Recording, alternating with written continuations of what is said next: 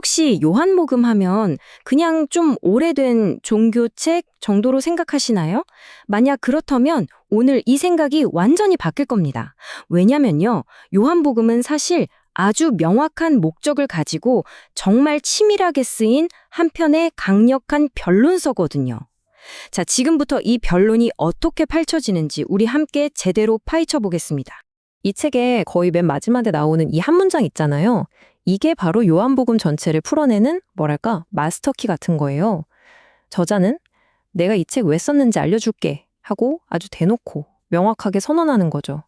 그러니까 이 책은 예수는 과연 누구인가? 이 질문에 대한 증거를 착착 제시하고 독자인 우리에게 자, 이제 당신이 판결을 내리시오 하고 요구하는 아주 잘 짜인 법정 기록 같은 느낌을 줍니다. 근데 이 변론서가 그냥 평화로운 시기에 쓰인 게 아니에요. 당시 상황을 좀 보면요. 예수를 믿는다는 건 공동체에서 쫓겨나고 핍박받는 걸 각오해야 한다는 뜻이었어요. 상상해보세요. 우리가 지금 믿고 있는 이 길이 진짜 맞는 걸까? 매일매일 이런 두려움 속에서 흔들렸을 거 아니에요? 요한복음은 바로 그렇게 위태로웠던 사람들에게 흔들리지 마세요. 우리가 믿는 예수는 바로 이런 분입니다. 하고 확신을 심어주기 위해 쓰인 아주 힘있는 증언이었던 거죠.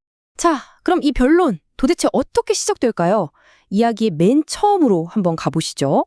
요한은요, 마치 법정에서 그러는 것처럼 아주 강력한 증인들의 증언으로 이 사건의 문을 활짝 엽니다. 여기서 진짜 흥미로운 게 뭐냐면요. 다른 복음서들이랑 시작점부터가 아예 달라요.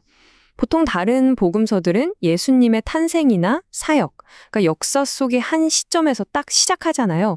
근데 요한은요, 시간을 그냥 휙 거슬러 올라가서 영원, 바로 태초에서부터 이야기를 시작해버립니다. 그리고 첫 문장부터 예수를 로고스, 즉 말씀이라고 부르면서 이 분은 그냥 인간이 아닙니다 하고 그의 신적인 정체성에 그냥 쐐기를 쾅 받고 시작하는 거예요. 그리고 법정에 딱 등장하는 첫 번째 증인, 바로 세례 요한입니다. 이 사람이 당시에는 정말 최고의 인플루언서였거든요. 그런데도 그는 자기 역할이 주인공이 아니라는 걸 누구보다 정확하게 알고 있었어요. 자기한테 쏟아지는 그 모든 스포트라이트를 딱 거절하고 저는 아닙니다. 저기 진짜가 오십니다 하면서 그 모든 빛을 오직 예수님한테로만 향하게 한 거죠. 정말 겸손하고 정확한 안내자 그 자체였습니다. 예수님이 첫 제자들을 모으는 방식도 참 신기해요. 막 길게 설교를 하거나 논리적으로 설득한 게 아니었어요. 그냥 와서 한번 봐. 이 단순한 초대, 그리고 마치 한 사람의 마음속 가장 깊은 곳을 꿰뚫어 보는 듯한 그런 만남. 이게 전부였어요. 특히 나다나엘 이야기 보면 재밌죠.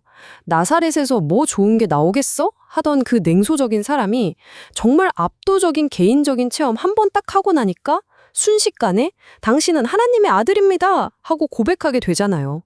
정말 생생하죠. 자, 이렇게 증인들의 증언으로 기초를 탄탄하게 다졌습니다. 이제는 예수님이 사회에 정말 양극단에 있는 사람들을 만나서 그들의 세계관을 어떻게 그냥 통째로 뒤흔들어 버렸는지 한번 살펴볼게요. 이야, 이 두 사람 정말 극과 극의 대조죠? 한 명은 사회 최상층 엘리트인 니고데모, 다른 한 명은 가장 낮은 곳에서 모두에게 외면받던 사마리아 여인. 근데 예수님의 메시지는요. 이런 사회적, 종교적 장벽 같은 건 그냥 다 무너뜨려 버렸어요. 그리고 정말 흥미로운 건 뭔지 아세요? 진리라는 게 가끔은 모든 걸 가졌다고 생각하는 사람보다 오히려 아무것도 없다고 느끼는 사람의 마음에 훨씬 더 빠르고 또 깊숙이 와닿는다는 겁니다. 니고데모랑 대화할 때 나왔던 핵심 단어가 바로 이 거듭남이에요. 니고데모는 이 말을 문자 그대로 어떻게 사람이 다시 태어나요? 하고 완전 혼란에 빠졌잖아요. 근데 예수님이 말씀하신 건 그런 육체적인 게 아니라 영적인 차원에서 완전히 새로 태어나는 것, 일종의 재창조를 말한 거였죠. 이건 인간의 노력으로는 절대 안 되고 마치 바람처럼 우리가 통제할 수 없는 성령의 힘으로만 가능한 근본적인 변화라는 거예요. 그리고 이게 바로 하나님의 나라를 보기 위한 필수 조건이었던 거죠. 자, 이번에는 사마리아 여인과의 대화에서 나온 이 구절인데요. 와, 이건 진짜 그야말로 혁명적인 선언이었어요. 왜냐면 당시 유대인이든 사마리아인이든 예배는 무조건 특정 장소랑 연결돼 있었거든요. 예루살렘 성전이냐 아니면 그리심산이냐. 이게 엄청 중요했어요. 근데 예수님이 딱 선언하시는 거죠. 진짜 예배는 장소가 중요한 게 아닙니다. 영과 진리, 즉 당신의 내면과 본질이 중요합니다. 라고요. 자, 이제부터 이야기는 점점 더 팽팽한 긴장감 속으로 들어갑니다. 예수님이 사람들 앞에서 행하시는 기적들, 요한복음에서는 이걸 표적이라고 부르는데요. 이게 예수님이 누구신지를 보여주는 강력한 증거가 되거든요. 근데 동시에 바로 그 표적 때문에 사람들이 완전히 둘로 나뉘기 시작해요. 한쪽에서는 열렬히 믿고 다른 한쪽에서는 맹렬하게 반대하는 거죠. 이 흐름을 쭉 따라가 보면요. 예수님의 표적과 가르침 하나하나가 어떻게 갈등의 수위를 점점 높여갔는지가 아주 명확하게 보여요. 처음에는 안식일에 사람 고쳤다고 논쟁이 붙고 그 다음엔 오병이어 기적을 보니까 사람들이 막 정치적인 왕으로 삼으려고 하고 그러다 마침내 내가 바로 하나님과 하나다. 이런 직접적인 선언까지 가잖아요. 그러니까 각각의 사건들이 사람들에게 계속해서 묻는 거예요. 자, 당신은 어느 편에 설 겁니까?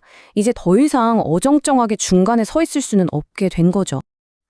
이 그래프를 보시면 당시 상황이 한눈에 들어오죠. 예수님 때문에 사회가 얼마나 깊게 분열됐는지를 보여주는 거예요. 그러니까 예수님은 결코 뭐랄까 모두에게 사랑받는 그런 부드러운 분이 아니었다는 거죠. 그분의 존재 자체가 사람들한테 선택해 하고 강요하는 거대하고도 아주 논쟁적인 질문 그 자체였던 겁니다. 자, 이제 드디어 요한복음 전반부의 클라이맥스입니다. 이 변론의 가장 결정적인 증거가 나올 차례거든요. 종교 지도자들이 마침내 더 이상은 안 되겠다 하고 돌이킬 수 없는 판결을 내리게 만든 바로 그 궁극의 표적. 지금부터 그 이야기를 해보겠습니다. 한번 이 질문을 생각해 볼까요? 인간이 절대로 넘어설 수 없는 한계, 바로 죽음이잖아요. 이 죽음 앞에서 생명의 힘을 어떻게 증명할 수 있을까요? 요한은 바로 이 질문에 대한 가장 강력하고 확실한 대답으로 나사로의 이야기를 꺼내듭니다. 이 말은요, 예수님이 역사상 가장 놀라운 기적을 행하시기 바로 직전에 하신 선언입니다. 이건 그냥 괜찮아, 나중에 다 잘 될 거야 하는 그런 위로나 미래에 대한 막연한 약속이 아니었어요. 내가 바로 부활 그 자체고 내가 바로 생명 그 자체다. 지금 여기에 있는 나의 정체성이 바로 그렇다는 정말 압도적인 선포였던 거죠. 정말 아이러니한 건 바로 이 지점이에요. 이 이야기의 가장 춘역설이죠. 가장 위대한 생명의 증거가 오히려 가장 확고한 죽음의 계획을 불러일으켰다는 사실 말입니다. 죽었던 나사로가 무덤에서 걸어 나온 바로 그 순간, 이제 예수님의 십자가는 더 이상 피할 수 없는 정해진 길이 되어버린 겁니다. 자, 지금까지 요한이 제시했던 증거들을 쭉 한번 돌아봤는데요. 이제 이 변론을 서서히 마무리해볼까 합니다. 그리고 이 책이 결국 독자에게 던지는 그 마지막 질문을 이제 여러분께도 똑같이 던져보려고 합니다. 생각해보면 요한은 독자에게 무작정 판결을 내리시오 하고 요구한 게 아니에요. 이렇게 체계적으로 증거들을 차곡차곡 쌓아 올렸죠. 목격자 증언도 있었고 개인적인 체험도 있었고 모두가 본 공개적인 기적도 있었고 그리고 예수님 본인의 선언까지 있었잖아요. 이 모든 증거들이 결국 우리를 단 하나의 질문 앞으로 데려가는 겁니다. 결국 이 요한복음이라는 책은요, 2000년 전에 그 사람들뿐만 아니라 지금 이걸 보고 있는 우리에게도 똑같은 질문을 던지고 있는 거예요. 자, 지금까지 제시된 증거들을 다 보셨죠? 당신이 보기에 예수는 누구입니까? 그리고 이 책은 그 질문에 대한 당신의 판결이 당신의 생명과 직결된 문제라고까지 이야기합니다. 여러분의 판결은 무엇인가요?